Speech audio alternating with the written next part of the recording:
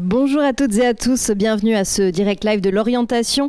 Aujourd'hui, on va s'intéresser au thème de la cybersécurité, secteur en forte croissance avec pas moins de 107 métiers répertoriés, dont 47 nouvelles professions supplémentaires identifiées rien que l'année dernière. Le marché de la cybersécurité devrait atteindre 7 milliards d'euros d'ici 2026. Mais face à la pénurie de talents et au retard que notre pays accuse depuis quelques années, le gouvernement français a mis en place une stratégie d'accélération. L'idée est bien évidemment d'accompagner le développement de la filière, de faire émerger les champions français de la sécurité, mais aussi de former davantage les jeunes et les professionnels au métier de la cybersécurité pour notamment stopper ce déséquilibre. Parmi ces professions en vogue, on parle de cryptologues, d'hackers éthiques, de cloud security analyst ou de cybercombattants, des jobs qui font parfois l'objet de lourdes représentations. Vous verrez qu'il ne suffit pas d'avoir des notions en matière de protection des données ou de savoir maîtriser quelques logiciels pour travailler dans cette branche. La cybersécurité est un secteur en perpétuelle évolution et qui nécessite notamment d'acquérir tout un tas de compétences qui dépassent le simple champ de l'informatique. Alors, en quoi consiste réellement la cybersécurité ? Quel est le niveau d'études nécessaire ? Quelles sont les matières ou les supports adoptés et quels sont les débouchés ? Durant ce temps d'échange, nous tenterons de vous éclairer sur ces problématiques et de vous donner des exemples concrets qui vous permettront notamment de savoir en quoi les différentes formations proposées sont en adéquation avec vos projets professionnels. Alors, comme il ne s'agit pas d'une conférence figée, vous pourrez interagir avec nous à tout moment et poser vos questions via le chat. Voilà pour cette entrée en matière. Je vous propose maintenant de découvrir qui sont les invités qui sont présents en plateau aujourd'hui. Je suis en compagnie de Fabien Mélan, qui est directeur délégué aux formations professionnelles et technologiques au lycée polyvalent Jean Mermoz de Montpellier. Nous avons également, juste en face de moi, Philippe Pujas, qui est enseignant à l'IUT de Béziers et chef du département dans la spécialité réseau et télécommunications. Au centre, ils sont accompagnés par deux étudiants en alternance en apprentissage. Maxime Arroyo, qui a 22 ans, qui effectue sa 3e année de BUT avec l'option cybersécurité au sein de l'IUT de Béziers. Une formation qu'il suit donc en apprentissage auprès de l'entreprise Gazéchim à Béziers. Et enfin, Lilian Muxar, qui a 20 ans. Il est également en 3e année de BUT réseau et télécommunications au sein de l'IUT de Béziers. Une formation qu'il effectue lui aussi en alternance chez IP Mirador, une entreprise qui fabrique des solutions de vidéosurveillance et qui est basée à Clermont-Lérault. Bienvenue à tous les quatre et merci d'avoir accepté de témoigner aujourd'hui. Je le disais rapidement en introduction, c'est un secteur qui fait parfois l'objet de lourdes représentations, de beaucoup de fantasmes, mais contrairement à ce que l'on voit dans les films de fiction, il ne suffit pas d'avoir des aptitudes en informatique ou dans le domaine du digital pour effectuer une insertion dans le domaine de la cybersécurité, puisque ça ne touche pas uniquement à ce qu'on appelle les cyberattaques. Alors Fabien Mélan et Philippe Pujas, dites-nous finalement en quoi consiste concrètement la cybersécurité. Je vous laisse vous saisir du micro l'un ou l'autre pour démarrer cette explication. Bonjour à tout le monde. La cybersécurité, pour moi, c'est une posture face à la technologie. Face à la technologie du numérique essentiellement, mais pas uniquement, puisque l'intrusion dans un bâtiment qui est censé rester confidentiel fait partie des techniques que vont tester les spécialistes de cybersécurité. Après, la cybersécurité, c'est un champ qui est extrêmement large, qui couvre, comme vous l'avez expliqué en énumérant quelques métiers, des besoins de très très haut niveau en technologie de chiffrement ou en ce qu'on appelle la cryptographie, des technologies de défense des systèmes, qui est la partie qu'on peut humainement le plus facilement comprendre, en fait, voilà, protéger ses ordinateurs, son réseau, ses équipements, la visio qu'on est en train de regarder et qui sera en podcast tout à l'heure. Et aussi des techniques donc de protection, je disais, et de défense.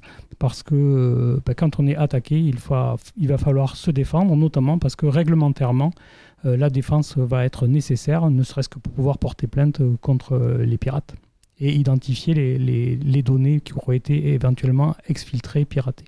Fabien Mélan, je vous laisse éventuellement compléter.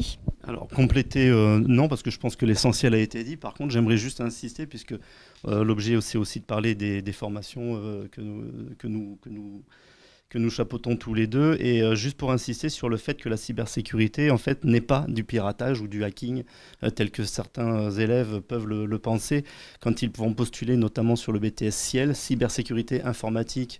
Ils ont l'impression qu'effectivement, cela les amène à une formation de hacker informatique, mais en fait, pas du tout. Voilà, c'était juste pour insister sur cette dimension-là. Et justement, Lilian, vous y avez été confronté, puisque vous avez accueilli un stagiaire, encadré un stagiaire récemment, qui avait cette vision des choses. C'est ça, clairement. Donc il arrive à l'entreprise, je lui avais demandé qu'est-ce qu'il voulait faire plus tard, etc. Il m'a dit pourquoi pas la cybersécurité, du pen testing, c'est ce qui est plus communément dans l'imaginaire des gens. En fait, le pen testing, c'est forcément la cybersécurité, il n'y a que ça. Hop. Et donc concrètement, je l'ai pris en charge et je lui ai montré en fait un peu largement, mais ce qu'on faisait clairement. Je ne sais pas s'il a déchanté ou pas, mais en tout cas, ça l'a ramené un peu à la réalité. Alors forcément, je l'ai aussi parce que il est en troisième, je lui ai montré un peu des choses intéressantes qui sont un peu amusantes aussi, notamment sur certaines failles, etc., que j'avais découvert, ou des outils qu'on utilise parfois. Voilà. Et puis pour occuper justement des postes stratégiques et notamment en matière de cybersécurité où l'on touche souvent à des données sensibles qui requièrent donc une certaine confidentialité et puis des connaissances juridiques également.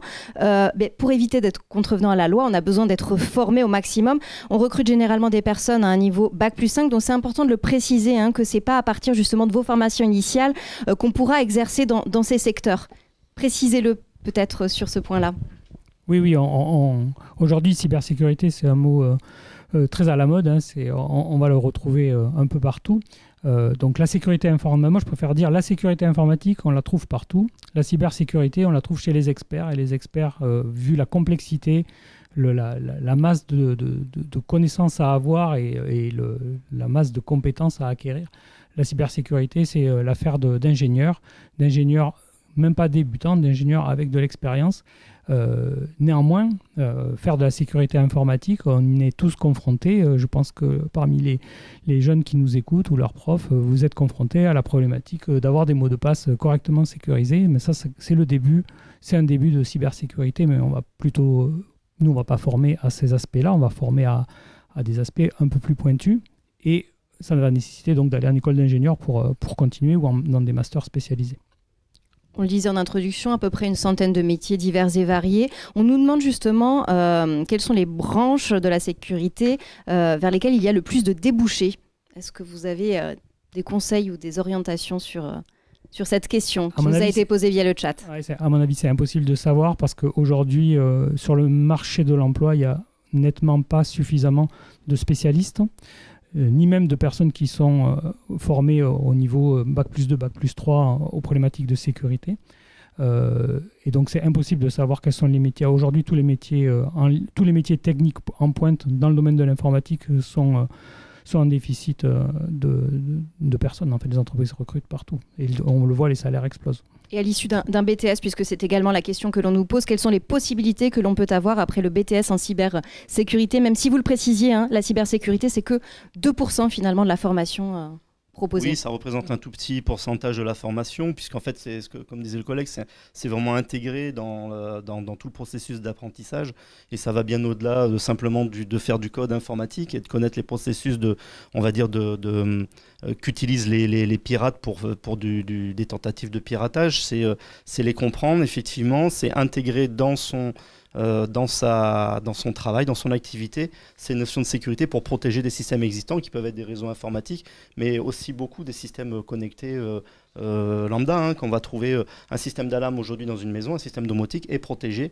On y fait aussi, entre guillemets, de la cybersécurité en le protégeant des intrusions extérieures qui viseraient justement à couper l'alarme pour ensuite pénétrer dans le logement, par exemple. En termes de métiers, c'est ça, vous posiez la question? Oui, à l'issue d'un BTS. À l'issue d'un BTS, alors les métiers sont divers et variés, puisque effectivement un titulaire du BTS va pouvoir comme son nom l'indique, c'est un technicien supérieur donc de l'informatique qui peut avoir des postes en responsabilité de technicien réseau par exemple, essentiellement pour ce qui concerne le BTS Ciel au lycée Mermoz pour son option informatique et réseau, mais ça peut être essentiellement des techniciens d'exploitation informatique, des techniciens en télécommunication, en maintenance en informatique par exemple. Après, les poursuites d'études sont quand même aussi possibles après un BTS, à savoir par une licence pro ou réintégrer éventuellement une 3e année de BUT. Et il existe aussi même des classes préparatoires aujourd'hui, notamment la classe préparatoire ATS, qui permet de rembrayer après une année de préparation sur une école d'ingénieur. Le BTS Ciel qui propose 2 options. L'option A, informatique et réseau, et l'option B, électronique et réseau. Alors au niveau justement du contenu pédagogique et des matières qui sont enseignées, expliquez-nous ce qui diffère et puis à quoi ça va préparer pour l'un ou pour l'autre. Alors ce qui diffère, pas grand-chose, puisqu'en fait on a un tronc commun. Mais d'un côté, sur l'informatique et réseau, donc on est très axé informatique. Donc on a un gros volume d'heures dédiées à l'enseignement professionnel en atelier en informatique. Couplé à de la physique, ça c'est important, puisque sur ce BTS en particulier, contrairement à d'autres BTS, comme par exemple je pense au BTS SIO, Système informatique aux organisations, où on est plus orienté sur de la programmation web et interface utilisateur, ou petites applications smartphone, etc. Pour le BTS Ciel, informatique et réseau, on est très orienté informatique industrielle. SIO, c'est pour des premières notions en informatique finalement ? Non, c'est un autre BTS en fait, mais dont le champ d'application est différent. Est à côté en fait, mais ne concerne pas précisément l'intégration et la programmation et la mise en place de réseaux informatiques. Donc pour répondre à votre question sur les contenus, dans la culture générale, de la langue vivante, bien entendu, l'anglais est obligatoire, d'accord, des mathématiques et des sciences physiques, couplées donc aux enseignements professionnels. Et justement, est-ce qu'il y a des compétences requises ou indispensables à maîtriser pour postuler vers ce type de BTS ? Il me semblait que vous me disiez qu'avoir étudié la physique, c'était indispensable. Dans le cas contraire, c'est rédhibitoire même, la candidature ne sera pas retenue ? Alors aujourd'hui, oui. Encore récemment, nous avons refusé l'accès à la formation à un candidat qui venait de STMG. Alors non pas que leur profil ne puisse pas être intéressant, ça peut être au cas par cas, mais quand on vient par exemple de bac STMG qu'on n'a pas fait de physique depuis 2 ou 3 ans, c'est compliqué d'embrayer sur un BTS où la physique a une place prépondérante. Voilà. Idéalement, STI 2D, spécialité option SIN, est privilégié pour intégrer en fait ce BTS, voire bac professionnel Ciel. Alors on a d'autres questions qui nous arrivent justement sur le forum. Quelqu'un qui nous demande, est-ce que je suis le seul à penser que la cybersécurité, c'est mieux qu'on l'apprenne par soi-même ? Qui souhaite répondre à cette question ? Peut-être notre... Je vais donner la parole à mes étudiants, mais juste avant, la difficulté d'apprendre par soi-même, c'est les aspects réglementaires qu'on va avoir tendance à oublier. Or, même le hacker éthique, pour ceux qui ne savent pas ce que ça veut dire, c'est quelqu'un qui fait du piratage en pensant faire les choses bien. Le hacker éthique, il est soumis à la même loi que tout le monde, c'est-à-dire à 5 ans d'emprisonnement si c'est un système classique qui l'attaque, multiplié par 2 si c'est les systèmes de l'État, et des emprisonnements et des montants d'amende très élevés. Et donc tout ça, ça nécessite quand même de passer dans un cursus de formation pour voir ces aspects-là. Alors je vais dire aussi le contraire de ce que je viens de dire, parce que à nos étudiants, on leur dit que les aspects techniques, s'ils veulent être performants, il faut qu'ils apprennent par eux-mêmes. Parce qu'il y en a beaucoup trop, parce que dans les 2600 heures de la formation du bachelor, comme pour le BTS Ciel, la cybersécurité est juste une petite partie. En école d'ingénieur, ce sera pareil, ils feront beaucoup de management et peu de technique, et la technique, il va falloir l'apprendre soi-même. Il faudra l'apprendre soi-même, ne serait-ce que parce que dans 3 ans, quand vous serez sur le marché du travail, ce ne sera plus les mêmes technologies, donc il va falloir apprendre les nouvelles technologies, celles que vous aurez appris à l'école, au lycée ou à l'UT, elles seront en cours d'obsolescence. Et je vais laisser les jeunes dire comment ils ont fait. Parce que vous me disiez qu'il fallait faire preuve de curiosité, beaucoup se documenter quand même par soi-même. En fait, il y a une espèce d'hygiène informatique où tous les jours, moi je sais que personnellement tous les jours j'ai 6-7 sites où je vais voir l'actualité, une nouvelle technologie qui sort.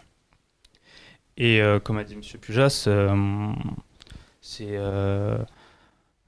c'est super important en fait de se mettre à jour, parce qu'en fait notamment si les systèmes ne sont pas mis à jour, qu'il y a des failles qui sortent et qu'on n'est pas au courant, ça peut dégénérer, donc c'est hyper important. Et pour le fait qu'on apprend tout seul, oui c'est le cas, parce qu'en fait quand on est à l'UT, on n'a pas assez d'heures, et concrètement, c'est ça. Maxime ? Lilian, il a à peu près tout dit. il a bien résumé, quoi. Donc, en somme, c'est vrai que de pouvoir apprendre tout seul, ça peut être une piste dans le sens où on peut aller plus loin dans les détails de ce qu'on a pu vite fait voir à l'IUT, quoi, sur certains sujets. Par exemple, ça peut être pas mal de son côté, par exemple, de participer à des CTF si on est assez passionné dans ça, ou alors même de faire 2-3 labs par-ci par-là, ça peut être intéressant. Mais ce qui est bien du coup avec la formation à l'IUT, quoi, c'est que du coup, il nous présente au moins une base, quoi, sur laquelle on peut s'appuyer. Et puis après, du coup, si on veut aller plus loin, c'est à nous de faire l'effort, quoi. Donc d'aller chercher les réponses à nos questions, quoi. Ça va pas être donné sur un plateau, quoi. C'est quand même chacun à faire l'effort d'aller chercher. Vous souhaitez rebondir, Lilian?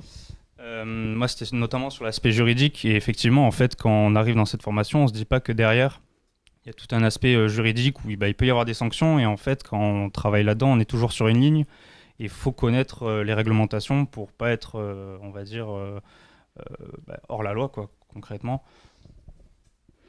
On nous demande quel est le processus d'accès pour intégrer un BTS, et puis combien de places est-ce qu'il y a finalement chaque année pour combien de candidats? Alors pour un BTS, c'est simple, c'est comme pour tous les autres BTS. Le ciel n'échappe pas à la règle, c'est Parcoursup.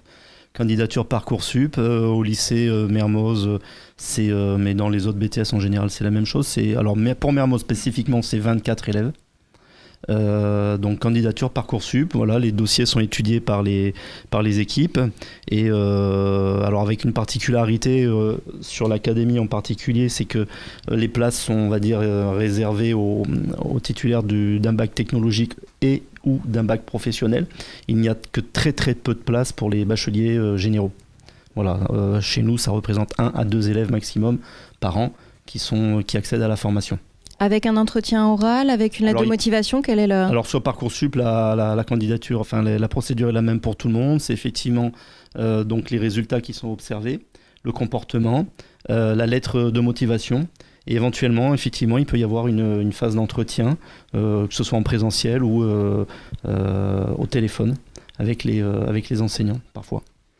On reparlera des spécificités du BTS Ciel tout à l'heure, mais j'aimerais qu'on s'attarde maintenant sur l'autre formation possible. Donc, il s'agit du BUT, le Bachelor universitaire de technologie en spécialité donc réseau et télécommunications, qui est proposé donc au sein de l'IUT de Béziers. Philippe Pujas, parlez-nous justement de ces 3 années d'études post-bac qui permettent notamment d'obtenir donc un grade niveau licence, puisqu'il y a 2 options, je crois, possibles.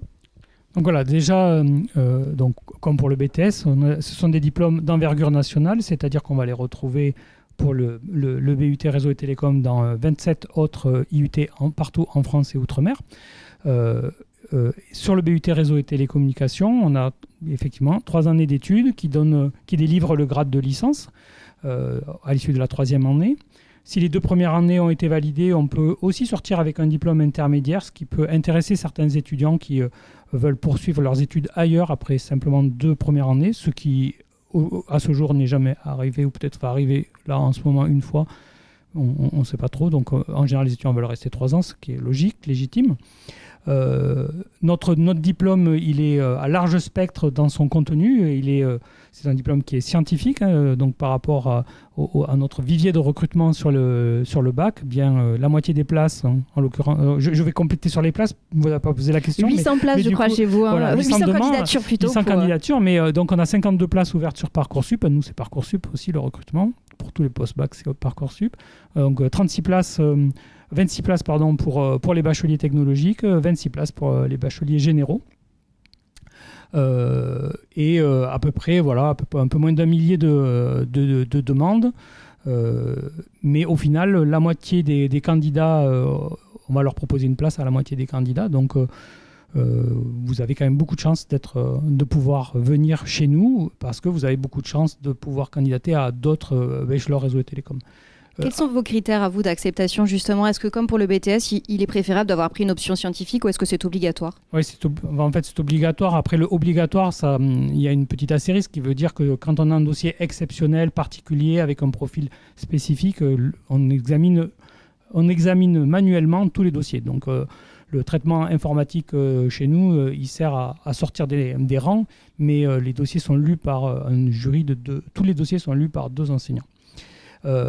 Oui, donc nous, c'est un peu pareil que pour BTS Ciel. Les bacs pro dossiers exceptionnels uniquement.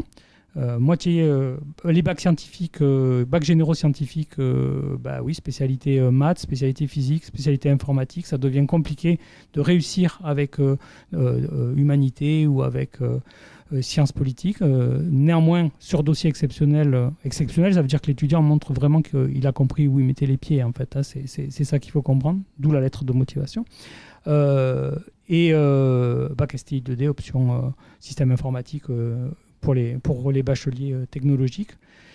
Donc oui, c'est très scientifique. En fait, peut-être les étudiants pourront compléter, ils l'ont vécu, mais là on parle de cybersécurité, c'est-à-dire c'est une branche très pointue des réseaux informatiques. Mais nous, la spécialité s'appelle réseau et télécommunications. Il y a trois axes disciplinaires qui sont les réseaux informatiques avec la partie cyber ou des technologies du cloud pour l'autre spécialité. La partie télécommunication. Une télécommunication, ça reste les supports de communication. Donc, il y a de la physique parce que c'est comme ça que ça fonctionne. Ça fonctionne avec des ondes dans des fibres optiques ou des ondes dans des câbles ou des ondes radio dans de l'aérien qui sortent d'antennes ou qui rentrent dans des antennes. Et puis la partie programmation informatique qui est pas du tout le même axe que ce que l'on va rencontrer dans les IUT informatiques, mais néanmoins avec un niveau relativement important, notamment parce qu'en cyber, pour automatiser des actions, il va falloir faire de la programmation et que c'est un passage obligé. Et donc finalement, on se rend compte qu'on a de la programmation, et l'informatique, c'est pas la bureautique, c'est la programmation, de la programmation, des télécommunications avec de la physique appliquée, si on le dit rapidement, par rapport aux lycéens, c'est ça que vous connaissez, et du réseau qui est quelque chose d'un petit peu plus abstrait quand vous n'êtes pas vous-même des propres geeks et faites votre réseau à la maison, mais forcément un cursus non scientifique ne pourra pas réussir s'il ne met pas les bouchées doubles pour rattraper le niveau d'une terminale option maths. Voilà, en gros, c'est ça le vrai message qu'il faut donner, et néanmoins, les étudiants réussissent, les étudiants qu'on sélectionne réussissent. Que ce soit en BTS ou en BUT, à quoi va ressembler une semaine type, puisqu'on s'adresse aujourd'hui à des lycéens qui ont une habitude scolaire. Là, ça va quand même être un peu différent, puisqu'on va être très peu sur la théorie finalement. Il y aura pas mal de TP, de mise en situation en petits groupes. Expliquez-nous concrètement. Alors, j'ai juste donné les chiffres, puis ils vont dire comment c'est. Donc, 2600 heures sur 3 ans. Une partie des heures en autonomie, à peu près 600 heures. En autonomie, ça veut dire c'est du projet, du mode projet, ça vous connaissez déjà les lycéens. À peu près 20% de cours magistraux en amphi, avec nous des promos de 50 étudiants, c'est pas la mer à boire.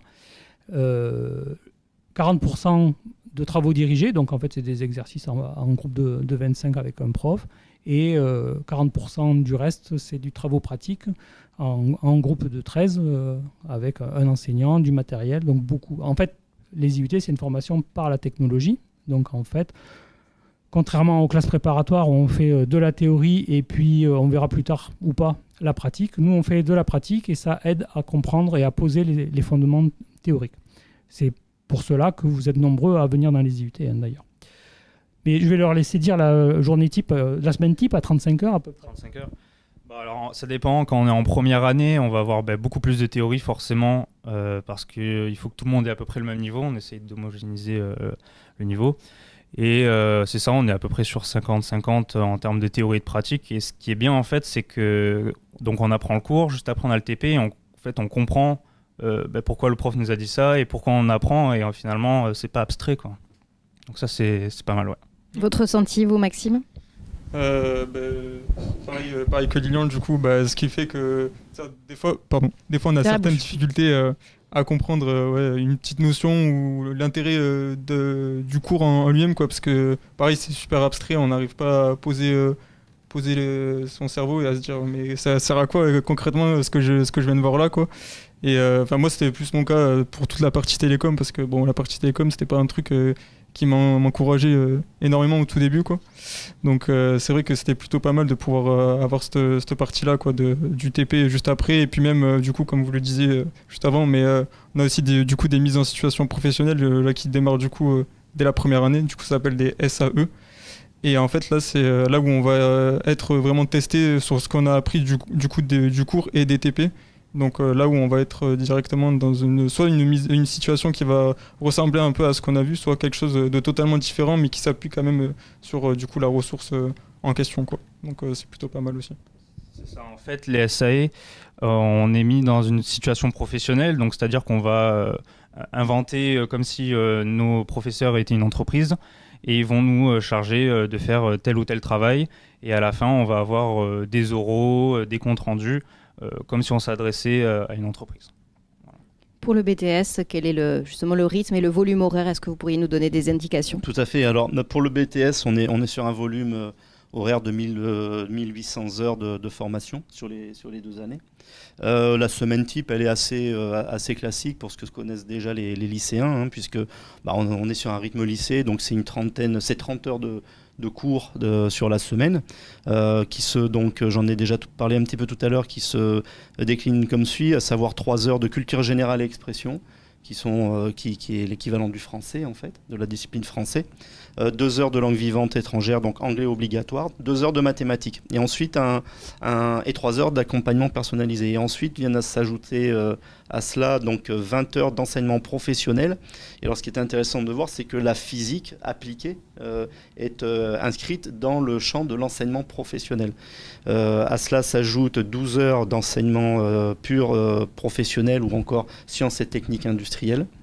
Mais il y a également 2 heures de sciences et techniques industrielles qui sont couplées avec un cours enseignement en anglais obligatoirement et un cours enseignement en physique également.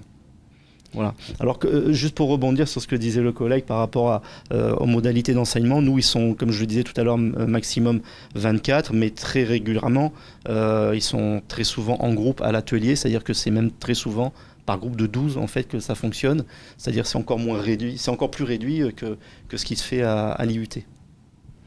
Dans les 2 cas, est-ce que les stages sont obligatoires durant le cycle? Oui, alors nous, le stage, il est obligatoire. Il est de 6 à 8 semaines dans les textes. Au lycée Mermoz, nous avons opté pour le minimum, donc 6 semaines, et il se fait uniquement en première année, à la fin de la première année. Et pour le BUT? Alors nous, comme les étudiants sont en contrôle continu intégral, il n'y a pas de session d'examen, il n'y a pas de concours, il n'y a pas d'examen national. Le stage se déroule sur les 3 années, donc en réseau et télécom uniquement sur les 2 dernières années, mais dans les IUT en général c'est sur les 3 années. Le stage est beaucoup plus long parce que le diplôme est sur 3 ans. Pour réseau et télécommunications, le stage c'est 8 semaines en 2e année et au moins 16 semaines en 3e année. Le stage est soumis à évaluation, oral, rapport, rapport écrit et oral, soutenu devant un jury. Et on peut déroger au stage quand on est alternant, comme ces jeunes-là, qui, eux, vont faire beaucoup plus de semaines que les 22 semaines des autres, puisqu'ils sont un peu plus qu'à mi-temps en entreprise. Ils sont même à 60% en entreprise au moins. Et donc, ils cumulent vraiment beaucoup de semaines. Après, dans les cours, on voit bien qu'il y a une différence entre les apprentis et les non-apprentis. Ils ont une culture entreprise qui est extrêmement affinée. Et bon, mais c'est normal, puisque c'est leur vraie vie, en fait. Ce sont des salariés. Et oui, contrairement au BTS, le BUT propose cette possibilité justement d'effectuer la formation via la voie de l'apprentissage. C'est possible dès la 2e année. Maxime Arroyo, c'est votre cas. Expliquez-nous ce qui vous a conduit justement à effectuer cette spécialisation et pourquoi à travers l'apprentissage. Tout d'abord, c'est à la fin de la première année, je savais déjà que je voulais partir, choisir la voie du coup de l'apprentissage pour la suite, quoi, parce que moi déjà, je m'étais dit suivre encore une année de cours entière, quoi, je pouvais pas le supporter, ça allait être beaucoup trop pour moi, et du coup je me suis dit j'ai l'opportunité de pouvoir prendre le chemin de l'alternance, quoi, dès la 2e année, donc je me suis pas vraiment posé la question, quoi. Directement je me suis dit c'est ça que je voulais faire. Ensuite du coup c'est si on prend cette décision là, du coup dès on doit la prendre à peu près vers février-mars, quoi, de la première année, donc c'est assez tôt quand même comme décision à prendre, parce qu'on doit déjà commencer à rechercher des entreprises, quoi. Et du coup aller commencer à déposer nos premiers CV, etc. Et quand on est en sortie de lycée, c'est pas quelque chose qui est super pratique, parce qu'on n'a jamais vu ça, du coup on nous a jamais appris ça du coup au lycée. Mais déjà ce qui était bien avec l'IUT, c'est que on avait du coup une ressource qui nous a permis de faire nos premiers CV, premières lettres de motivation, faire des semblants de comment ça s'appelle d'entretien d'embauche, ouais, voilà, exactement, avec des entreprises. Donc personnellement, ça m'a pas mal aidé à me positionner et à savoir du coup comment j'allais faire. Et ensuite, c'est perso, quoi. On va postuler, on a des retours oui ou non, et après, à partir de là, on fait nos entretiens et après, on vient ou pas en entreprise, quoi. Et justement, quelles sont les tâches qui vous sont confiées au sein de votre entreprise? Puisqu'on le disait tout à l'heure, il faut avoir un niveau d'études bien supérieur pour vraiment faire un travail en lien avec la cybersécurité. Du coup, dans mon cas, vu que je sortais directement de première année, en sortie de première année, on n'a pas un niveau exceptionnel. Donc ça a été, dans un premier temps, j'ai rejoint du coup une entreprise qui m'a mis du coup nos services support. Donc je faisais du support utilisateur et par ce biais-là, du coup, ça m'a permis de découvrir comment l'entreprise fonctionnait dans son global, d'avoir un peu du coup de relation avec les personnes de l'entreprise. Donc parce que quand on est support, on se fait appeler pour tout plein de soucis. Et donc de mon autre côté, du coup, je devais leur répondre, etc. Du coup, j'ai commencé par là. Ensuite, du coup, j'ai basculé plus vers la spécialité réseau, du coup, qui a un lien du coup avec ce que je fais à l'IUT. Donc là, c'était plus du coup côté administration des réseaux informatiques. Et après, arrivé en deuxième année, donc là, j'ai du coup eu l'option cyber qui est arrivée. Donc je leur en ai parlé du coup à l'entreprise de qu'est-ce qui était possible de faire avec cette option cyber, quoi, quel plus je pouvais leur apporter. Et donc dans mon cas, ça a été de faire par exemple une campagne de phishing et donc de la mettre en place, de faire du coup ensuite un reporting de toutes les données que j'avais récupérées et ensuite de les reformater, de les présenter du coup à l'entreprise pour faire un retour. Voilà. Lilian, vous êtes dans la même configuration, vous avez intégré vous en 3e année justement une entreprise. Le rythme c'est à peu près 3 semaines en entreprise, 15 jours à l'école avec donc un statut de salarié et des obligations qui vont de pair aussi. Mais vous me disiez, avoir un pied dans l'entreprise, ça confère quand même pas mal d'avantages. Déjà, on est rémunéré. Alors pour certains c'est rien, mais pour d'autres c'est important. Donc ça c'est le premier avantage. Et en fait on a un double statut, donc on a les avantages d'être étudiant. Donc ça peut être des réductions, etc. Et en même temps, on est salarié. Donc là où vous allez peut-être perdre un peu, c'est les vacances. Parce qu'en entreprise, c'est 5 semaines. Alors qu'à l'IUT, on a les 2 mois de vacances d'été, etc. Alors que là, par exemple, moi, mon été, je vais le faire dans mon entreprise. Voilà. Vous serez diplômés tous les deux à la fin de l'été, justement. Vous envisagez de poursuivre vers des études supérieures ? Alors oui. Pour l'instant où on va se renseigner, mais oui, de toute façon, comme ils l'ont dit, pour travailler dans la cybersécurité, c'est minimum 5 ans. Donc soit une école d'ingénieur, soit un master. Et, ouais. On nous demande justement quelles sont les écoles d'ingénieurs possibles après un BUT. Est-ce que vous avez quelques conseils à donner ou des orientations possibles ? Alors après un BUT réseau et télécom, je peux répondre.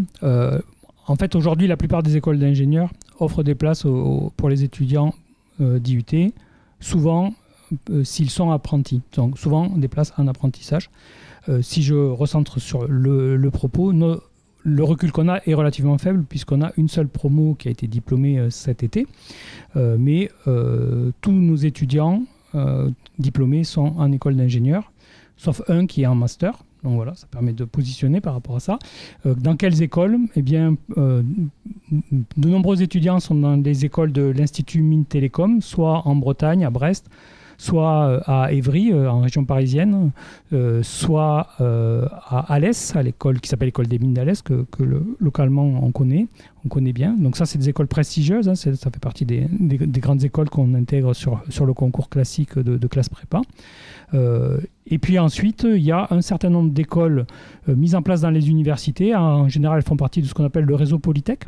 Donc là, en cybersécurité, il y a une école qui s'appelle l'NCBS, qui est à l'université de Vannes, à Vannes en Bretagne, qui a en ce moment 5 ou 6 de nos étudiants en poursuite d'études, enfin de nos anciens étudiants en poursuite d'études, en cyberdéfense. Donc là, c'est une école de cyberdéfense. Puis ensuite, il y a quelques écoles privées de qualité, quelques écoles privées de qualité. Oui, puisque vous appelez à la vigilance sur certains établissements, que ce soit d'ailleurs Fabien Mélan ou vous, Monsieur Pujas. Ben c'est ça, c'est que la cybersécurité, c'est un business. Former à la cybersécurité, c'est un business. Donc, à partir du moment où vous avez des moyens, vous pouvez faire des études de ce que vous voulez en cybersécurité, mais le diplôme ne vaudra pas toujours quelque chose.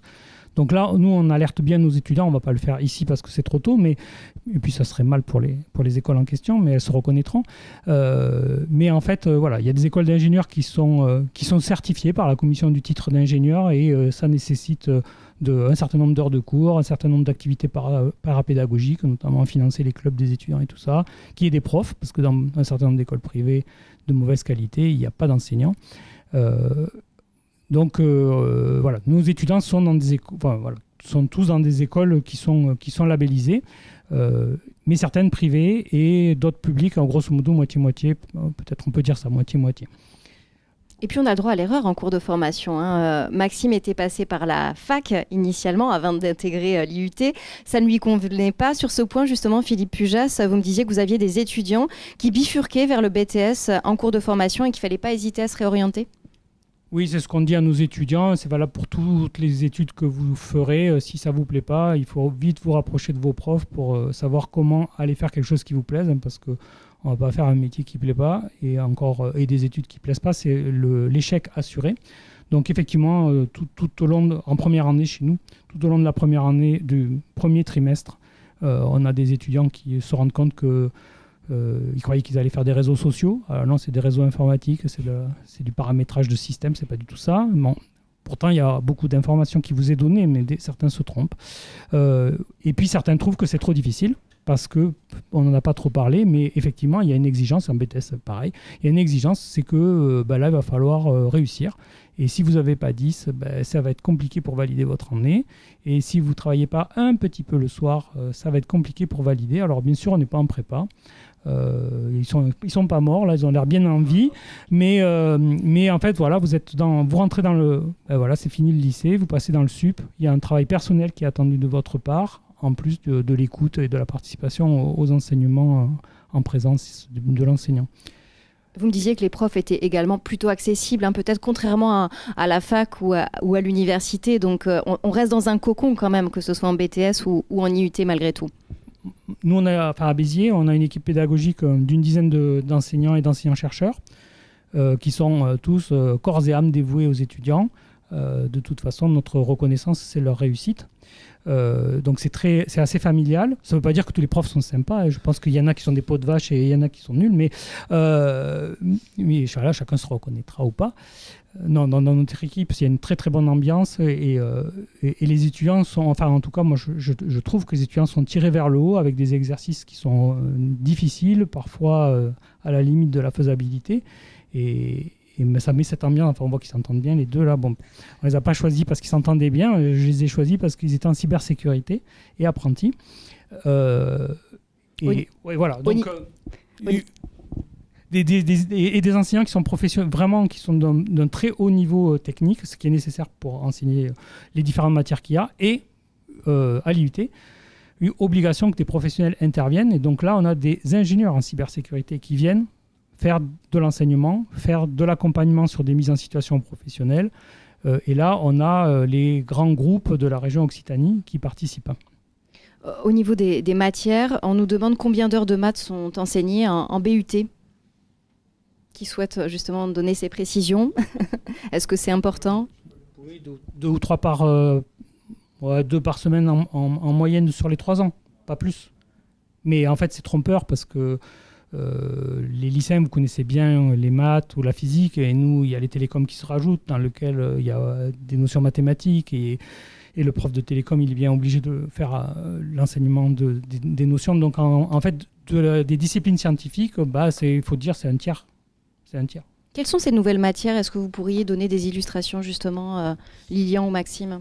Bon, alors déjà, on n'a pas que des matières scientifiques, on a aussi, on va dire, des soft skills, notamment à l'oral, où on va avoir des matières exprès, où on va s'entraîner à l'oral devant un professeur. On va avoir de l'anglais, même si on en a déjà au lycée, mais là, ça va être de l'anglais appliqué pour nous, les réseaux et les télécoms. De la gestion de projet aussi. Le monde professionnel. Et de la gestion de projet aussi, qui est important, parce qu'en fait, quand on va arriver après à Bac+5, etc., on va commencer à gérer peut-être des équipes, des choses comme ça. Donc on nous met déjà ces notions en tête, où on va essayer de travailler en équipe et de monter des projets seul pas forcément avec les professeurs. Donc c'est nous, on essaie de se gérer. On nous demandait si on étudiait la cyberdéfense, que ce soit au niveau du BUT ou du BTS d'ailleurs. Du coup, en BUT, la cyberdéfense, on l'étudie, mais pas directement. En somme, c'est plus des situations où on va se mettre du côté de la cyberdéfense ou alors du côté de la cyberattaque. C'est en fonction de comment les professeurs nous mettent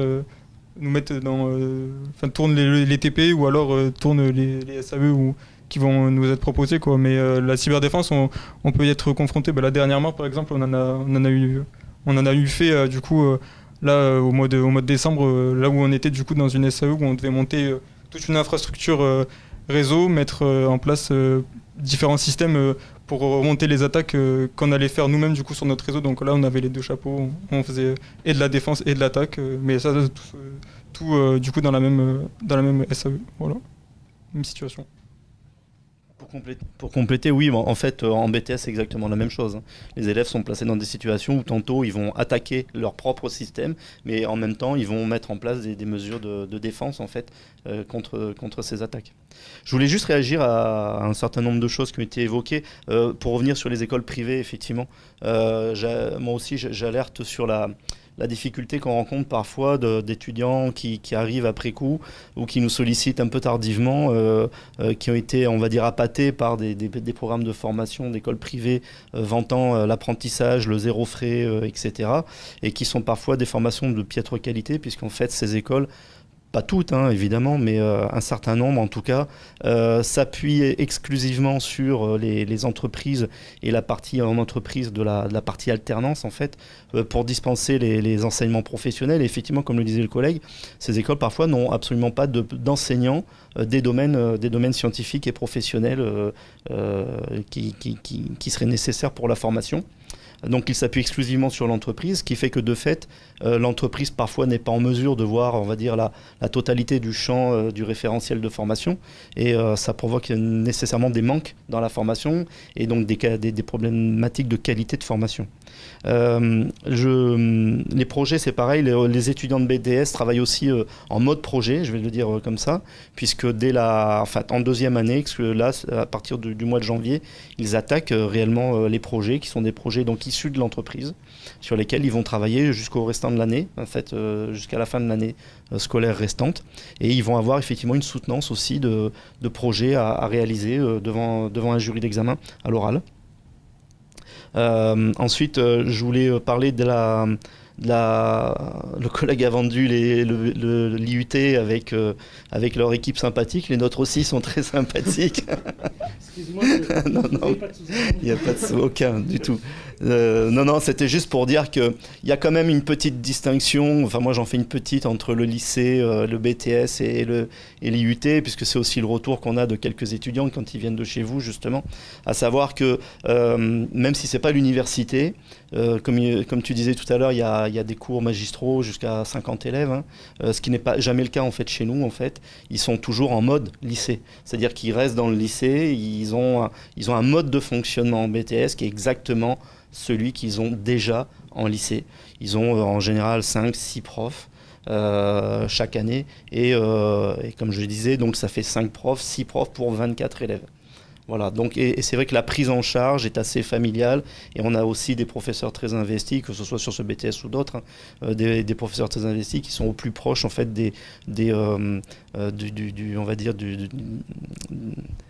qui sont très préoccupés par l'évolution et la réussite de leurs élèves, effectivement. Je rajouterais juste qu'à Mermoz, on a une particularité depuis maintenant l'année dernière, c'est que on fait partie du programme d'un programme de mentorat qui s'appelle PITEC. Et ce programme de mentorat vise à justement avoir un contact plus étroit avec les entreprises, puisqu'en fait les étudiants de BTS sont mentorés, donc ça veut dire qu'ils sont accompagnés tout au long de leur année par des spécialistes et des professionnels du monde de l'entreprise. En l'occurrence, nous travaillons dans ce programme avec 3 entreprises que sont IBM, La Poste et Sanofi. Et tout au long de l'année, donc ils ont des rendez-vous réguliers avec leurs mentors. Et ça, non pas dans le but de développer des compétences professionnelles, mais de les accompagner et d'essayer de les mobiliser, de les remobiliser pour éviter le décrochage scolaire tout au long de l'année. et les remobiliser sur leurs projets, les remobiliser sur leurs projets professionnels et pour les amener pour les aider à aller à la réussite du BTS. Je me tourne vers les deux étudiants puisqu'on nous demande quelle mention vous avez eu au bac. Alors vous avez tous les deux obtenu des bacs différents avec des options différentes, il faut le préciser aussi. Du coup dans mon cas, j'ai pas eu de mention au bac. Ouais, j'ai pas. Ouais, c'est vrai qu'au lycée, du coup, moi j'avais fait ma première du coup.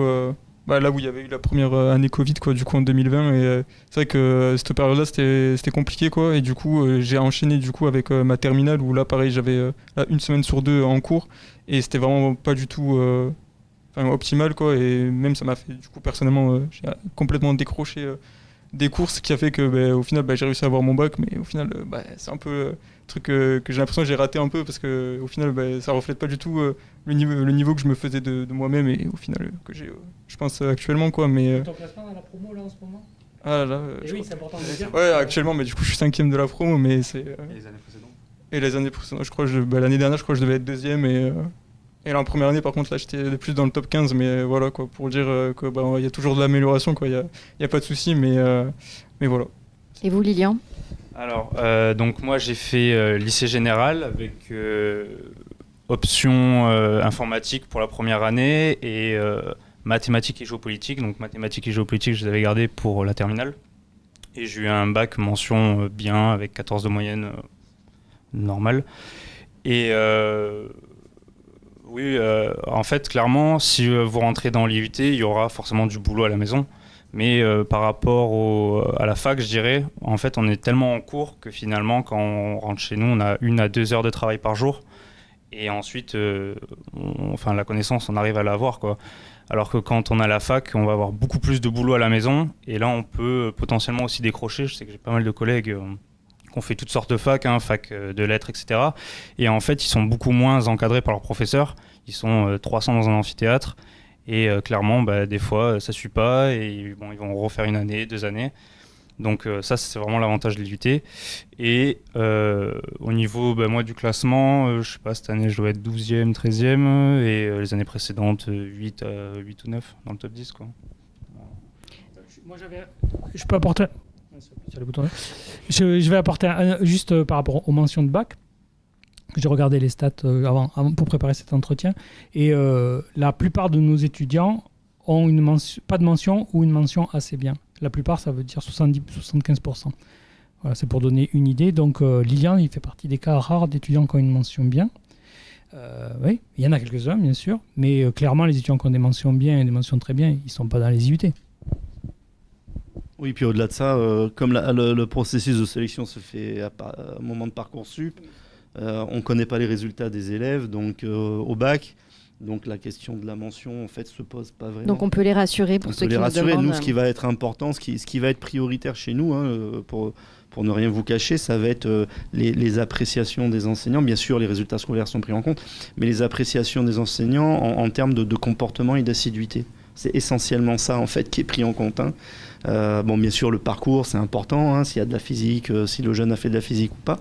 Mais voilà, prioritairement, assiduité et comportement en classe. C'est-à-dire qu'un élève qui a des notes somme toute assez moyennes, mais qui a un comportement qui va dans le bon sens, c'est-à-dire qui se montre curieux, intéressé par ce qu'il fait, qui a de la bonne volonté, dont les professeurs disent mets de la bonne volonté pour essayer de progresser, etc.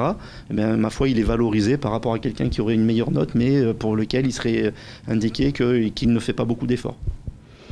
La question est revenue à plusieurs reprises. On nous demande si finalement effectuer un BUT informatique, c'est un bon début dans le domaine de la cybersécurité. Qu'est-ce que vous souhaitez dire sur ce plan-là, peut-être Je crains que non. Le BUT informatique... C'est pour ça, il y a eu une erreur de chance de formulation. C'est peut-être plus pour le BTS, mais... Donc le BUT informatique, il forme au métier du génie logiciel, qui est un secteur qui est aussi extrêmement demandeur de compétences et qui recrute, sur lequel je ne m'attarderai pas parce que je ne suis pas compétent.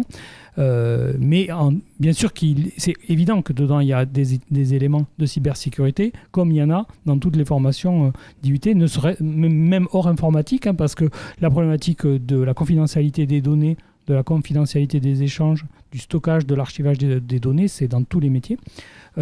Et ça fait partie de la cybersécurité, mais ce n'est pas la partie qui intéresse cette conférence-là. Donc en génie logiciel, oui, il y a des technos, mais en fait, ça ne conduit pas du tout au métier auquel visent nos étudiants. Et je pense que voilà, c'est pas une bonne idée. Si vous voulez faire de la cybersécurité, venez en BTS Ciel ou venez en UT Réseau et Télécom. C'est là où ça peut se faire. Autre question, est-ce que parmi nos 4 intervenants, vous avez toujours eu un intérêt pour la cybersécurité? Alors, c'est peut-être plus destiné finalement aux des étudiants actuellement. Et est-ce que cet intérêt vous a permis justement d'aller au bout de ce parcours et de ces 3 années d'études supérieures? Alors pour mon cas, non, pas forcément. En fait, quand je suis rentré dedans, je me faisais forcément une idée, mais j'étais pas impliqué là-dedans, clairement. Moi, ce que j'aimais, c'était surtout la géopolitique, et en fait, j'essayais de lier informatique et géopolitique ensemble, parce qu'en fait, c'est des aspects très liés, surtout en ce moment. Et donc non, j'ai jamais eu les pieds dedans forcément directement. Hein. C'est après, au fur et à mesure, dans la formation en première année, c'est venu et voilà. Pour mon cas, c'est un peu pareil parce que du coup, moi, j'ai pas fait d'informatique au lycée. Enfin, j'avais pas du coup l'option NSI, quoi. Donc moi, du coup, quand je suis arrivé ici, j'avais vu qu'il y avait du coup une option cyber. J'avais trouvé ça stylé, voilà. Pour être honnête. Je me suis dit, tiens, cyber, quoi, c'est pas tous les jours on voit ça. Du coup, ça m'a un peu donné envie, quoi, mais c'est pas non plus la chose qui m'a donné le plus envie. Puis là, du coup, en cyber, quoi, j'étais pas vraiment qualifié de passionné, quoi. Moi, j'aimais bien juste traîner sur mon PC quand j'étais chez moi, quoi. C'était le seul truc que je faisais, quoi. Et c'est plus du coup à partir de la 2e année où là, du coup, comme j'ai commencé l'alternance, du coup, j'ai vu comment c'était vraiment le monde du travail, etc. En fait, cette partie-là, ça m'a fait du coup plus plonger encore du coup dans les cours à l'IUT, quoi. Et c'est là où j'ai commencé du coup à un peu plus travailler, et c'est là où du coup je suis allé un peu plus en profondeur du coup dans tout ce qui est dans le côté cyber et côté à l'IUT en général, quoi, dans les autres cours. Oui, du coup, j'ai eu l'occasion par exemple de participer du coup à un CTF du coup l'année dernière.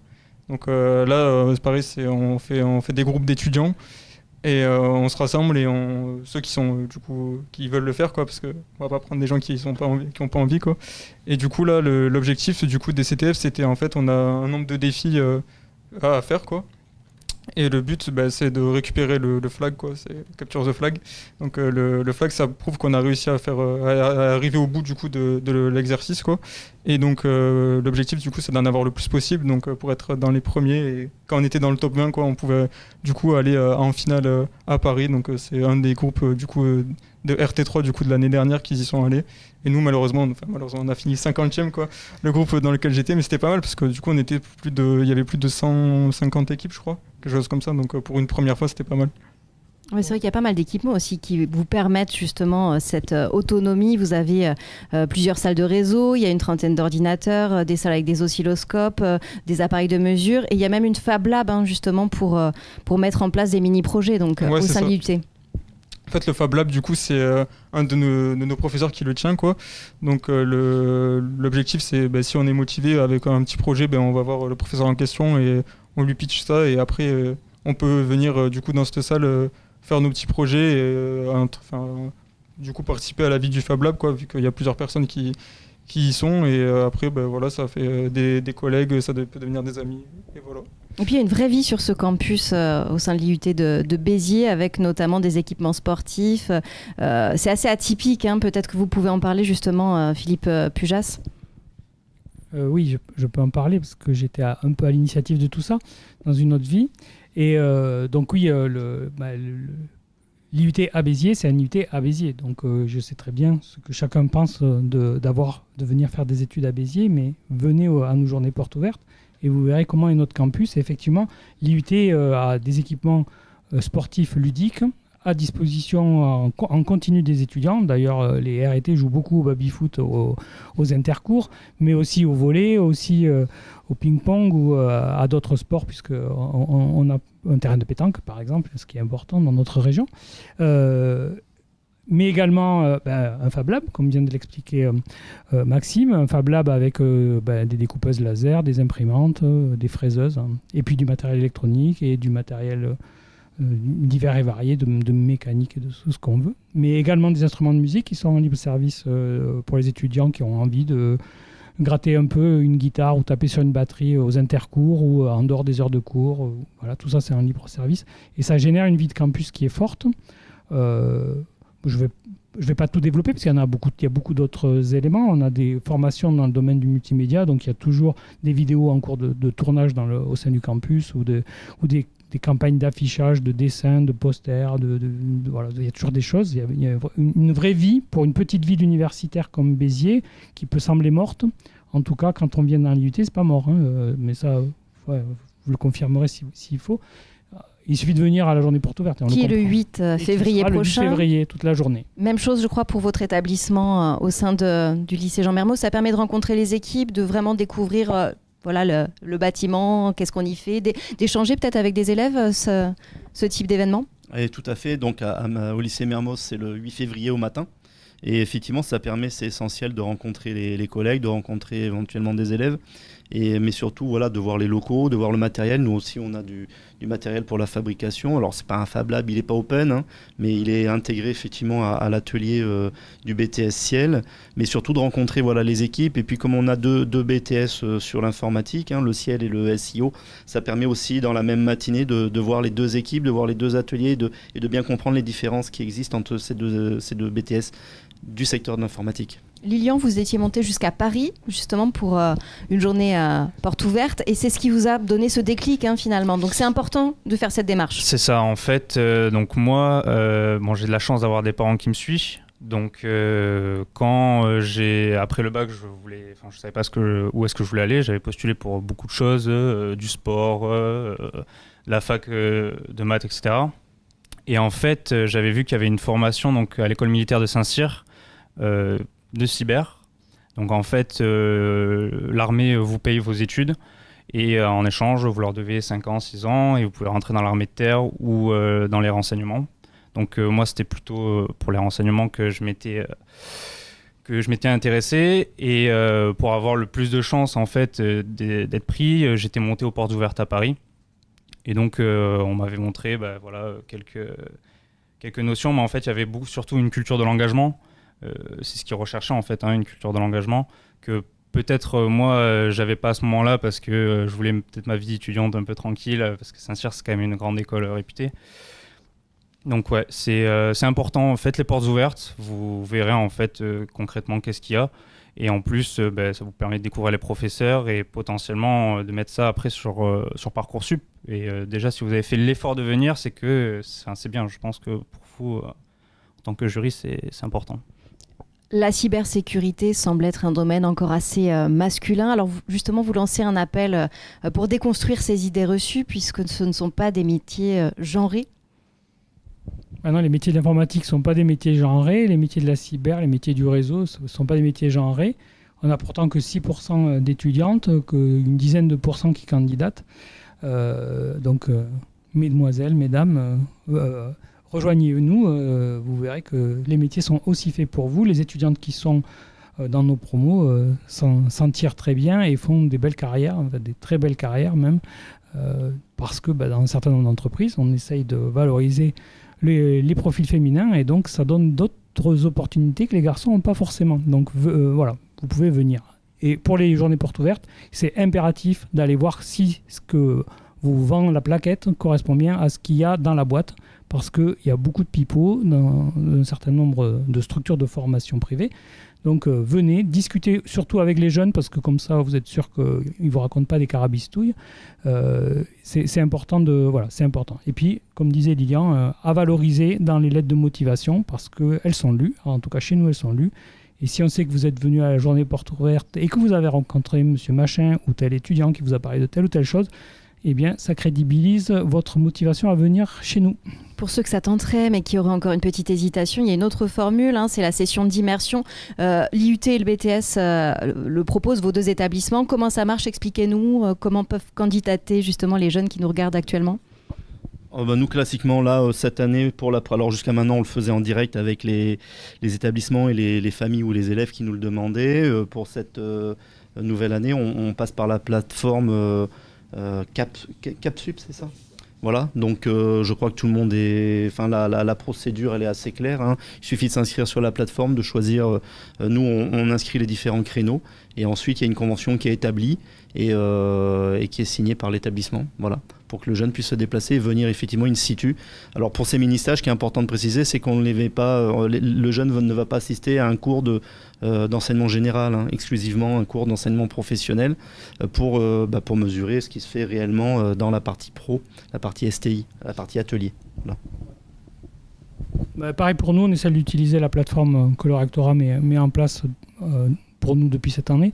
Et puis s'il n'y a pas de place, si vous ne trouvez pas votre bonheur, vous contactez la scolarité de l'IUT et vous aurez quelqu'un qui pourra prendre vos coordonnées et vous proposer des dates.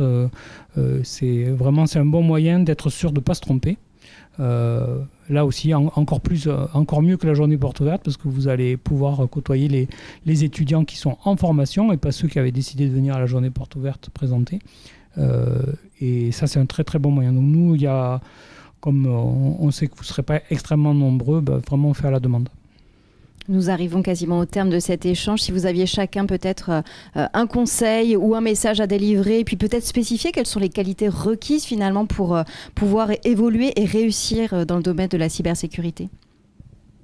En cybersécurité, c'est la curiosité. C'est la curiosité, la curiosité et la curiosité. Pensez-vous que l'intelligence artificielle peut être utilisée justement dans ce domaine ? C'est une question qui vient nous arriver à l'instant. Non, elle est utilisée. Depuis plusieurs années, elle est utilisée. Elle est utilisée dans tous les métiers. Donc peut-être pour compléter, voilà, un conseil, les qualités, Alors un conseil, si vous pouvez faire de l'apprentissage, faites de l'apprentissage, parce que clairement ça ouvre des opportunités énormes.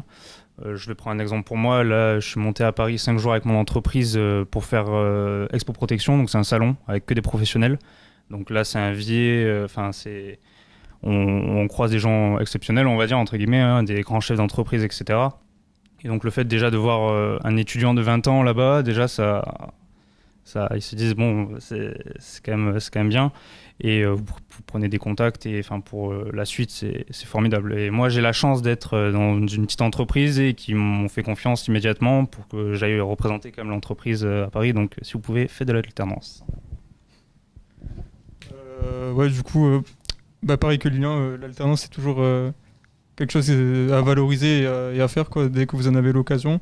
Et après, personnellement, moi, ce que je dirais, c'est pas se fermer des portes, si vous avez envie vraiment de faire de la cyber, vous pouvez il faut pas se cloisonner à se dire il y a qu'un type d'études qui va pouvoir me permettre d'en faire, après on peut toujours rebiquer dans un secteur, c'est pas fermé à 100%, Vous en êtes l'illustration. Ouais, c'est ça. Qu'est-ce que je pourrais rajouter juste sur l'apprentissage, attention quand même aux promesses donc, des écoles privées, j'en parlais tout à l'heure, qui sont parfois pas très qualitatives. Sur la réorientation, parce que tout à l'heure tu parlais effectivement pour les jeunes qui arrivent en BUT, si ça leur plaise pas, ils peuvent effectivement rembrayer sur, en tout cas revenir vers le BTS Ciel. Oui, mais à condition que ce soit pas trop tard, hein, parce que on a parfois des demandes très tardives au mois de décembre ou au mois de janvier, et c'est malheureusement parfois trop tard pour intégrer la formation. D'abord parce que la classe peut être à effectif au complet. Déjà et d'une, mais surtout, même s'il y a de la place, reprendre, même en BTS, après avoir fait quelques mois, parfois un peu moins en IUT, reprendre un BTS Ciel très tardivement, c'est compliqué. Voilà. Donc, bien réfléchir sur Parcoursup, effectivement, quand on accepte une offre de formation sur un IUT ou un BTS, à ce vers quoi on s'engage, en fait. Les jeunes pourront vous rencontrer et vous poser des questions lors du salon d'enseignement supérieur également. Donc ça sera une possibilité. Puis il existe un label qui permet de mieux identifier les formations qui forment des experts en cybersécurité. C'est le label SEC Numedu avec à ce jour une 60aine de formations labellisées. Puis je crois que l'IUT a également une chaîne YouTube et puis des supports vidéo, plusieurs outils. Je ne sais pas si c'est le cas pour le BTS, mais peut-être terminer là-dessus pour éventuellement de la documentation qui pourrait être utile et renforcer la formation. Nous, tout est sur le site de l'IUT, donc iutbéziers.fr. Et il y a un onglet réseau et télécommunications. On y trouvera des vidéos, certaines faites par les étudiants qui ont été primés d'ailleurs sur l'apprentissage. Et puis certaines faites par les profs pour essayer de montrer, c'était surtout pendant la période Covid, mais ça permettait de montrer un petit peu, si on ne pouvait pas faire la JPO, qu'est-ce qui se passait dans les enseignements. Et puis la production vidéo de l'IUT sur sa chaîne YouTube est assez importante, même si c'est de la communication pour d'autres formations, vous verrez l'IUT de l'intérieur. Et puis si vous voulez visiter l'IUT mais que vous êtes trop loin, vous pouvez toujours le faire avec Street View, puisqu'il y a 80 vues de l'IUT sur Street View de Google, pour ne pas citer. Et moi, je voulais rajouter, il ne faut pas me donner le micro alors. On termine là-dessus. Parce qu'en fait, on n'a pas du tout parlé de qu'est-ce qu'on faisait dans nos cours. Et on a dit, attention, les métiers de la cybersécurité, c'est après le diplôme d'ingénieur. Donc juste, je vais dire, si j'ai 30 secondes, tant pis si je dépasse. Si j'ai 30 secondes, je vais dire un exemple de ce que viennent de vivre mes étudiants de deuxième année. Donc là, avant les vacances de Noël, ils ont travaillé sous le contrôle de Eviden, qui est le leader européen en cybersécurité. Ils ont travaillé sur ce qu'on appelle un audit de surface externe, c'est-à-dire identifier les vulnérabilités des établissements de santé. Ce travail, ce n'est pas un travail qui a été fait en labo, c'est un travail qui a été fait en partenariat avec certains hôpitaux, que je ne peux pas citer ici, et qui nous ont donné l'autorisation formelle, écrite, contractuelle, de pouvoir tester leurs infrastructures réelles, leur réseau, leur système informatique, et c'est le travail qu'ont fait nos étudiants. Donc là, on est dans le cas de la cyberattaque par rapport à la nomenclature de tout à l'heure. Voilà ce qu'on fait. Donc on ne fait pas que de la simulation, on fait aussi des choses réelles. Que ce soit dans le domaine de la santé, dans les collectivités territoriales, les entreprises, il y a effectivement pas mal de postes à pourvoir, puisque d'ici 2026, la Fédération française de la cybersécurité s'était engagée à créer 20 000 emplois. Ça signifie qu'il y aura donc pas mal de postes. Si vous souhaitez aller plus loin, quoi qu'il en soit, dans la découverte de ces métiers, je vous invite à participer au Salon de l'enseignement supérieur qui se tiendra les 16, 17 et 18 janvier prochains. C'est au Parc des Expositions de Montpellier. Autre solution, donc pour vous informer, on en a parlé tout à l'heure, les journées portes ouvertes qui auront lieu le samedi 8 février de 9h à 13h. Ça, c'est pour le lycée polyvalent Jean Mermoz de Montpellier, et de 9h30 à 16h30 pour l'IUT de Béziers. N'hésitez pas également à vous rendre sur leur site respectif pour obtenir des informations sur les différentes filières. Quoi qu'il en soit, il vous reste encore du temps pour finaliser votre projet d'orientation, puisque concernant les modalités sur Parcoursup, les dates clés à retenir sont les suivantes. Vous aurez du 15 janvier au 13 mars pour vous inscrire et formuler vos vœux. La date butoir pour compléter votre dossier est quant à elle fixée au 2 avril 2025. Ça, c'est pour le calendrier. Enfin, si vous souhaitez revoir ces échanges, puisqu'on a dit pas mal de choses au cours de cette table ronde, sachez que ce direct live consacré aux études dans le secteur de la cybersécurité sera accessible en ligne via la chaîne YouTube Compass, COMPAS, ainsi que sur le site de l'Académie de Montpellier via le lien vod.ac-montpellier.fr/compass.php. Merci à tous les quatre pour vos témoignages. Merci également à ceux qui nous ont suivis en ligne et qui ont osé poser des questions, et bon courage à tous dans vos projets et vos démarches d'orientation.